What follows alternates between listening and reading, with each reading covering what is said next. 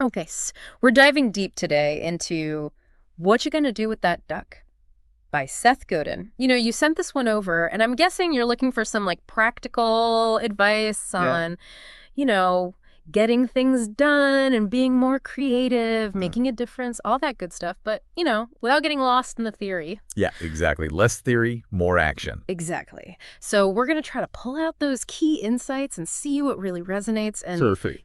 this book is actually a compilation of blog posts. What So the- it's all about those like punchy takeaways. Straight to the point. Exactly. Love that. Now, the central metaphor, have you heard this before? It's the duck. Oh, yeah, the duck. It represents that unique thing about you, Yeah. your skill, your talent, or even that like quirky thing you do that maybe you're overlooking. Right. The thing that makes you you. Exactly. And so the big question, and this is what we're going to be thinking about today, is, what are you going to do with your duck? What you gonna do with that duck? What you're going to do. So one of the first things that jumps out from this book is like the emphasis on action. Oh, yeah. It's this stop waiting, start doing mentality. Don't need permission. Just go for it. Exactly. It's about not feeling like you need permission to begin, right? For sure. Yeah. Like the book basically says taking action, even if it's not perfect, Mm-hmm. is so much more valuable than just waiting for everything to be perfect. Way more. Which I think knowing you and your interest in like learning quickly and putting things into practice. Absolutely. This idea of like immediate action, that has to resonate, right? 100%. It's like, it really challenges that whole like overthinking and procrastinating thing we all do. Oh, yeah. And if you think about it, the people who make things happen, they're the ones who just dive in. They learn by doing, and they adapt along the way. So true. So It's like ready, fire, aim, right. Exactly. Okay. So then there's this really interesting take on what art means. Have you ever thought about that? Oh, like beyond the traditional sense? Exactly. So Godin talks about this idea of make art, not just work. Okay. But he's not talking about, painting or music necessarily. Yeah. He's talking about any work that's like meaningful, generous, Mm-hmm. and has a real impact on others. Interesting. So it's about bringing your full self to your work, Not just being another cog in the machine. Right. Not just being a robot or a cog in the machine. Right. I think given your interest in different perspectives, Yeah. this really like expands how we view our contributions. It's like even like a customer service interaction, if it's done with care and thoughtfulness. Right. Godin might say that's art. That's a cool way to think about it. It kind of makes you stop and think like, Yeah. how often do we miss opportunities to be creative and to like really connect? Right. Every interaction can be art in a way. Exactly. If you approach it with the right mindset. Totally. Yeah. Okay, so now let's talk about that like nagging voice of self-doubt. You know that one? Oh, I know it well. The one that tells you you're not good enough. Exactly. Or that people are going to judge you. Yeah. Yeah. Godin calls it the lizard brain and the face, the fear, the resistance section. The lizard brain. Yeah. It's that like primal part of us Interesting. that just throws negativity our way. Right. But we don't have to listen to it. No. We have to recognize it for what it is and like ship our work anyway, put it out there. Easier said than done sometimes. Totally.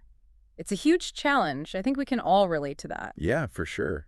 Especially when we're trying new things and pushing ourselves. Absolutely. Pushing our boundaries. And, I think a lot of it comes from just being afraid of the unknown or, like you said, the judgment. Right. But like getting over that hurdle, that's often the biggest step It's the key. in turning those ideas into reality. It's the key.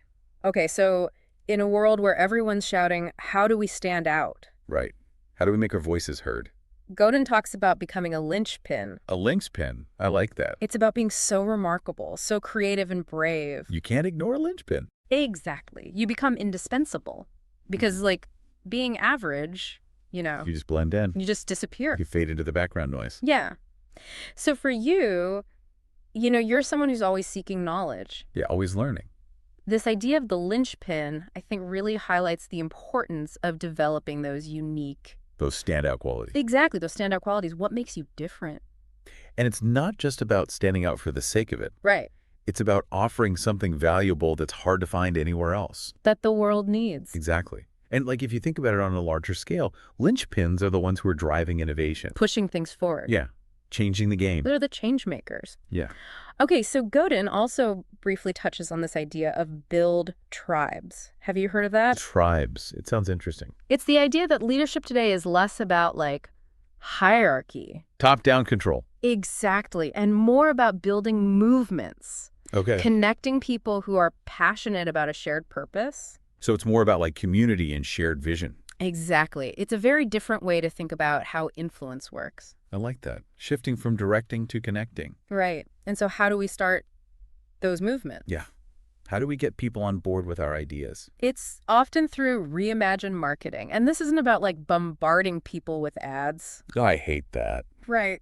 Nobody likes that. No. It's about building trust Okay. through authentic storytelling and making marketing about actually serving your audience. So it's about genuine connection and providing real value. Exactly. And that's what cuts through all the noise. Especially now when we're bombarded with information from all Oh, sides. totally. It's a human approach. Yeah. Then there's this concept of poke the box. Poke the box. What does that even mean? It's about taking initiative. So start small, Yeah. experiment, see what happens. Oh, okay. Like just try things out and see what works. Exactly. And be ready to adapt quickly.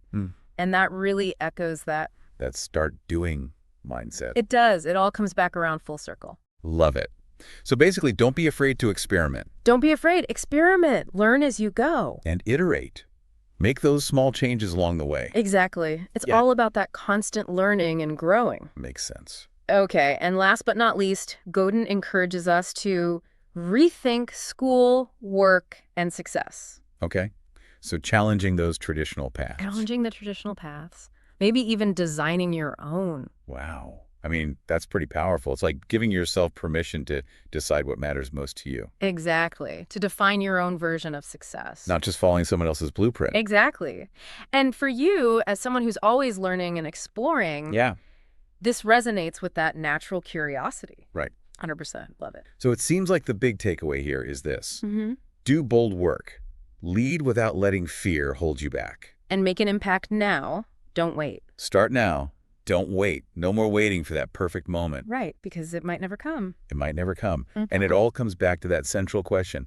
What you going to do with that duck? So what about you? What are you going to do with your duck? What about you listening? What are you going to do? What's that unique talent or idea that you have? What's your duck? And more importantly, what's that one small step you can take today to unleash it? Make it happen. Make it happen. Because remember, if the biggest thing stopping us is often just ourselves, Yeah. that decision to start, then what's that tiny step you can take today to finally let your duck swim? Let it fly. Let it fly. Let it soar.